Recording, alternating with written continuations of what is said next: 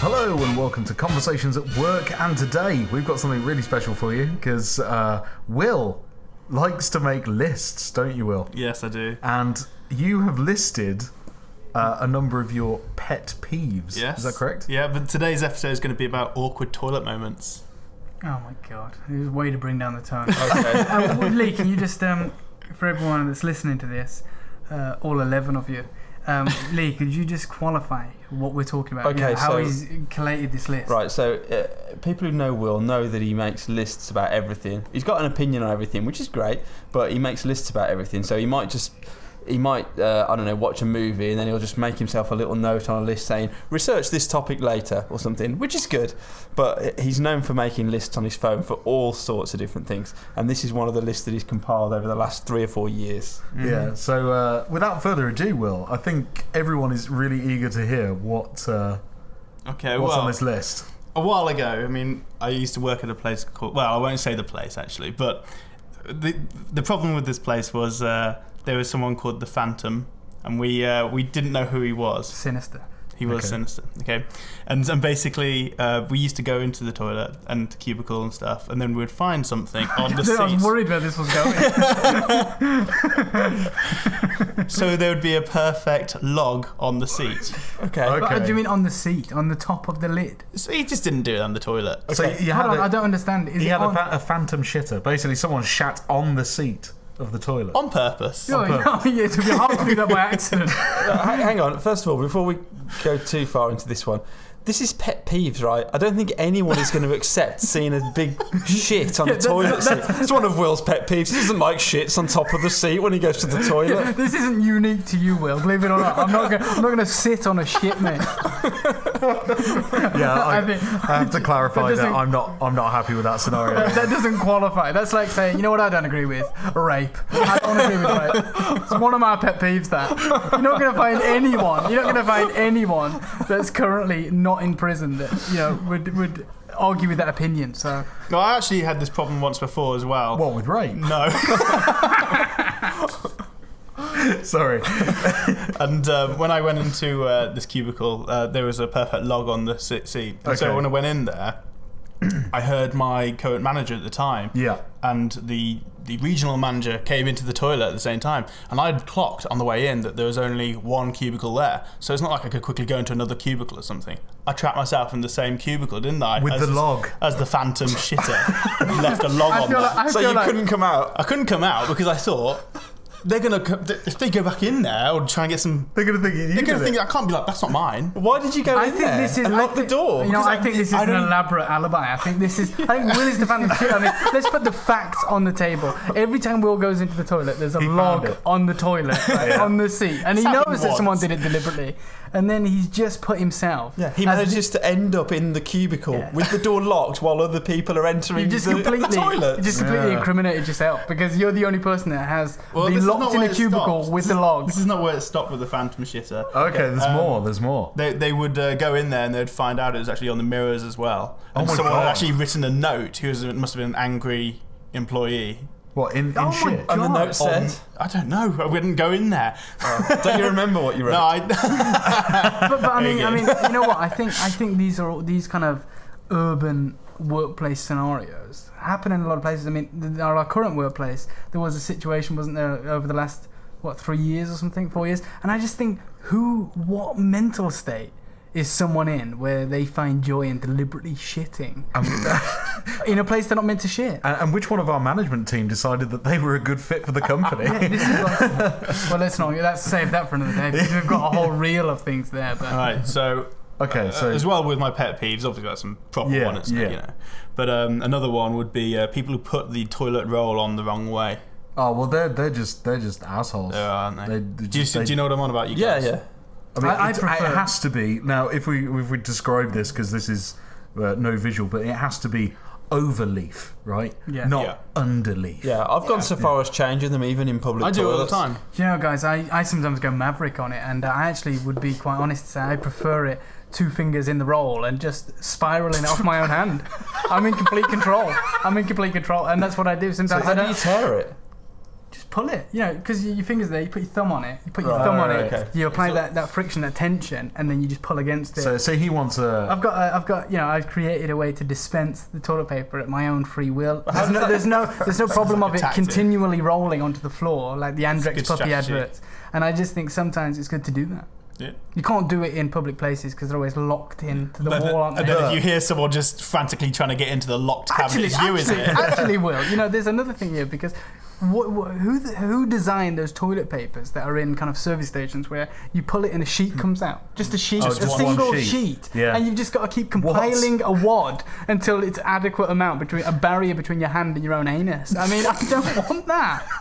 Just give me the choice. Yeah, I think someone that worships Satan definitely invented that. And have you noticed as well that with each square that comes out, it's just even more insulting that it's wafer thin to the point you can see through it. Yeah. And you could probably cut yourself on like it. Like that tracing paper sort of stuff. It's that clear tracing paper. It's obviously designed to stop people wasting. It's like the same thing as those taps that you press the button and they come on for 1.5 seconds. Not time for you to get your hands on.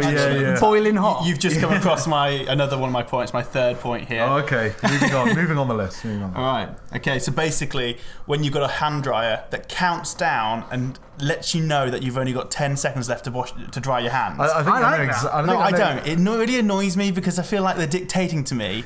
And at what point you can do they think that your hand? Yeah, but what point do they think that I put my hands into this and after 10 seconds they think they're going to be dry because they never are. Well, maybe that's the average calculated time. Your hands are unusually wet. It's the same with the one at work. We've got one here, haven't we? I never ever take my hands out before 10 seconds. It's just, and but what it doesn't happens? stop. It stays on, and it's just constantly on zero. That's courteous. Zero. Then it goes off after a while. How long are you there for? Really after an extra 4 seconds, it goes off. So you're a 14 second there. What I do is I put it in for 5 seconds. Right. Okay. Just this is Will's toilet. What? Let's just fucking realise what we're doing here. As grown adults, he's got a list compiled just about toilets and puppies in toilets. Carry on, Will, if you can. So I put my hands. It's one of those ones which is like the Dyson one. Yeah. So you insert your hands in the top, and it kind of blows onto it from both sides. Yeah. So I put it in for 5 seconds just to make sure it's not going to turn off on me next. So I get a good 20 seconds out of it, don't I? Okay. Cheating the system. Yeah. Getting those extra seconds in there. Life hacks. Life hacks. But hacks with Will, how pointless would they be? How pointless they are. Who's ever going to subscribe to that way of living? After you've done a phantom shit, this is how you dry your hands. The way that they have those toilet sprays, there's one as well downstairs. And the ones that actually kind of squirt. When they squirt and you're walking past the area, they get in your hair and in your eyes. Yeah. What's the point of that? Why not put it in an area it's not going to get on you? Yeah, I suppose they could they could be more choice with where they place that. I think they do it on purpose, to be fair. Or a finer mist.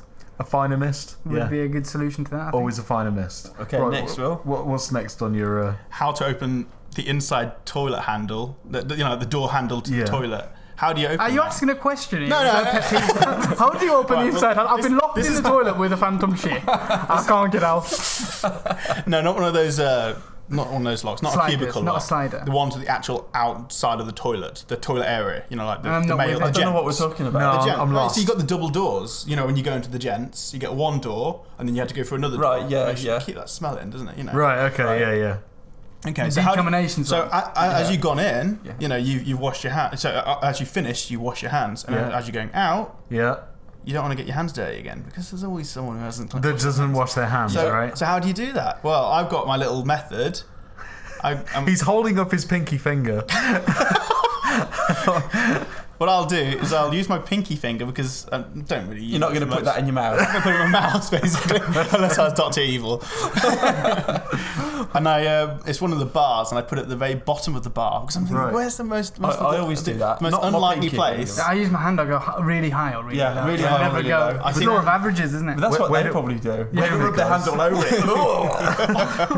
Wait a minute, guys. If we are all touching the handle at the highest point or the lowest point. But we're we're all washing our hands. We know about the hand Yeah, drying. but we're conscious of it. You see, the person who's not conscious of it, they don't care anyway. They're just trying to get out the toilet as soon as possible without anyone seeing that they haven't washed their hands. And we've got hand dryer hacks and all that kind of stuff. So it's definitely not. They're not thinking about it, are they? And we know about the hot tap, don't we, as well? Yeah. We're sterile. That they don't stay on to. Right, what's next? Well, I was just going to say, like, my family have a weird thing where they kind of. My dad used to use a little bit of toilet paper to open up the door and then throw it behind the door. So you could always tell when my family had been in the bathroom. House on the floor? No, and in a public toilet. On the floor. Right. So you could always tell when one of my family at a restaurant had been in the toilet because there'd be a little pile of toilet paper behind the door. So surely he's had to go in there. He's got to go in there to get the toilet paper to then come out. Yeah, but and then go back. After he's washed his hands, he's gone to get a little bit of toilet paper. Yeah, and used it to get out. And this goes to the point where my brother even went to the stage of actually contacting an industrial manufacturer and seeing if he could actually create something called the footle, which would be a little. I like it, like a foot pump bin, It'd be like a little handle that you could put your foot underneath. That you'd be able to open up the door without using your hands. You know, I think you're onto something. I think you're onto something. Well, you know what the solution is? Just put the doors on the other way around, so you don't have to pull the door to get out. You can just kick it open with a kick plate. That's probably what. Yeah, but then you're going to open the door up into someone's face when you go out, aren't you? Well, otherwise you're going to open it up when you go in. Yeah, or the only other solution is a dog flap. You just crawl through it. Get down on your hands and knees behind the urinals and then just crawl out. I'm not sure that's a cleaner option. Can you imagine that in a suit, just emerging from a toilet as like a middle-aged man? I wouldn't have a dog flap. I think then you're gonna have those. I'm imagining like an industrial flap with lots of those little plastic like they have in things. Spain with the bees. Well, the thing they have in like meat lockers. Meat locker kind of seals the air in. Yeah. That's going to go all over your face, isn't it, as you come through? And the dirty people would be too lazy to use the door anyway, so they'd just go through that. So all those flaps would be contaminated by their hands. You get it all over your... Nah. You heard it here first, folks. Foot handles and... Footle, sorry, yes. Footles and phantoms. Footles and phantoms. Have we got anything else on the list? I think we've got time for another one. People who loudly announce other people's names in toilets. Hello, Bren. Well, so you're saying, like, so if we're like... in there and you walk in and say if I was just coming out of the toilet out of the cubicle, they're letting everyone else know in the cubicles who was in the cubicle. Is that a bad thing? That's a bit annoying, isn't it? Will goes to the toilet. I can't believe it. Also, I don't. You want a bit of anonymity, don't you, when you go in there? You don't want to be like. You don't want to have your You may as well just write on a plaque that you're in the toilet and stick it on before you go in the cubicle. That's only a problem if you're the phantom shitter. Yeah. But also, I'm with Will on one aspect. I don't want to be addressed in a toilet. I just don't want to be, especially you're not going to shake hands. You're not going to touch. Mm-hmm. Just if you catch your eye, a nod. You don't have to name check someone when you're face to face with them or you're near them. Exactly. And I just think it's kind of that insecurity. Just coming on to that, like, don't you just hate it when you've just been to the toilet? Like, let's say you're in town centre or whatever, you've been to a public toilet, you wash your hands, you leave, but maybe the dryer, there's a queue at the dryers or whatever, so you didn't quite dry your hands or whatever, and you walk out of the toilet and you see someone that you haven't seen in a long time, and they're going to shake your hand, and you think like, I've got water on my hands, this is going to be weird for them, but then you feel like I shouldn't shake their hand because... like, I've got water, but then it's going to be rude if I retract my hand away. So you end up shaking hands with a wet hand? Yeah, so basically... You can do a fist bump. You just look them in the eye and grip their hand firmly and just go, embrace the wetness, sir. Embrace the wetness. That's a good way. They just think you ultra clammy. Just one more thing here as well. What is urinal etiquette? Because for me, when I walk into a toilet and there's what, say 4 urinals. You go for the furthest one away. Yeah, you go for the furthest one away, you shoulder it out, you face the wall. But what I'm saying is... There's an app for this. But what I'm saying is, if there's only a middle one left, I like to wait for a cubicle. But then, is it alright to just stand in a toilet?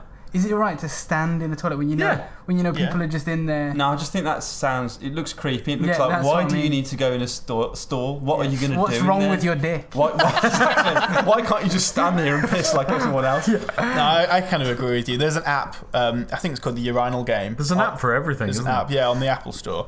And basically, you have to pick, as a guy, which would be the correct option each time. There's about 7 I think I different played urinals, this. Yeah. and then you had to pick the correct option. I've got a great idea here. You know, it'd be great outside like a public toilet. It'd be great if there was just lights that represented the layout of the urinal system. Right, an artificial intelligence for urinal stuff. And then as we enters the urinal, it lights up the light outside, so you can see which ones are free before you enter. And if it's a waste of time, if you don't want to be saddled in between the boys, you just wait your turn. Well, what if you've just gone in, but someone else takes the good urinal, and then you've got to change your plan quickly. I don't mind as well if there's people next to me after I'm weeing.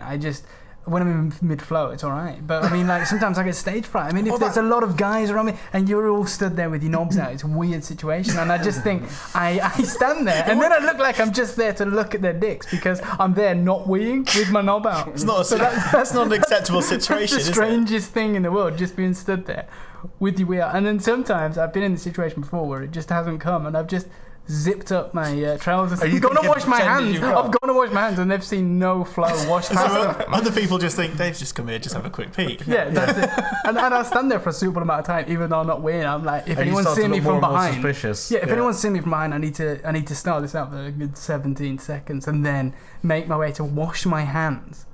Even though I haven't been and relieved myself, so it's a weird one. Do you then go back in afterwards? Yeah, but I have to do like at work. We can do a full circle of the building. So I do a circle, go back, wait until, So what about when there's 4, like there is at work, and both of the end ones, because they're always going to be the first ones occupied, right? Yeah. Both of the end ones are occupied.